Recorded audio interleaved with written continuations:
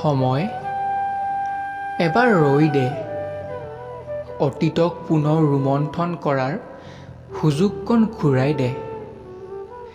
এতিয়াৰ জীৱন যাত্ৰাই মোক স্তম্ভিত কৰি ৰাখিছে। আজি দেখোন যেনিয়ে যাওঁ কেৱল মাত্ৰ স্বাৰ্থপৰ মানুহৰ সমাহাৰ।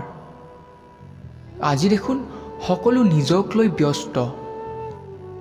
নাই কাৰোৰে আজি আনক নিস্বাৰ্থভাৱে সহায় কৰাৰ মানৱতাখিনি। হয়তো একালৰ মিত্ৰ আজি হৈ পৰিল শত্ৰু।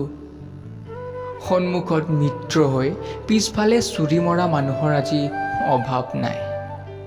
হয়তো অতীতৰ সেই মৰম চেনেহবোৰ এতিয়া আমাৰ বাবে এক স্মৃতি।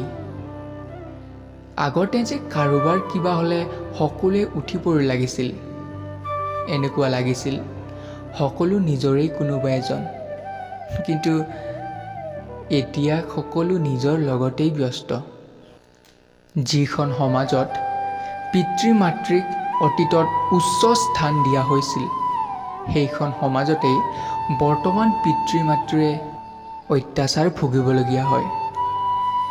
এটা সময়ত সকলোৱে ককাই ভনীৰ হিচাপে মিলা প্ৰীতিৰে আছিল। কিন্তু আজিচোন ৰক্ষা কৱচস্বৰূপ ককায়েকৰ পৰাই ভনীয়েক ধৰ্ষণৰ বলি হৈছে। আজি এই সমাজত সঁচাকৈ মই বিৰক্তি অনুভৱ কৰোঁ। অতীতৰ স্মৃতিয়ে সেই দিনবোৰলৈ মোক পুনৰ এভুমুকি মাৰিবলৈ হাত বাউল দি মাতিছে। সময়, তই এবাৰ মাথো ৰৈ দে, মাথো এবাৰ।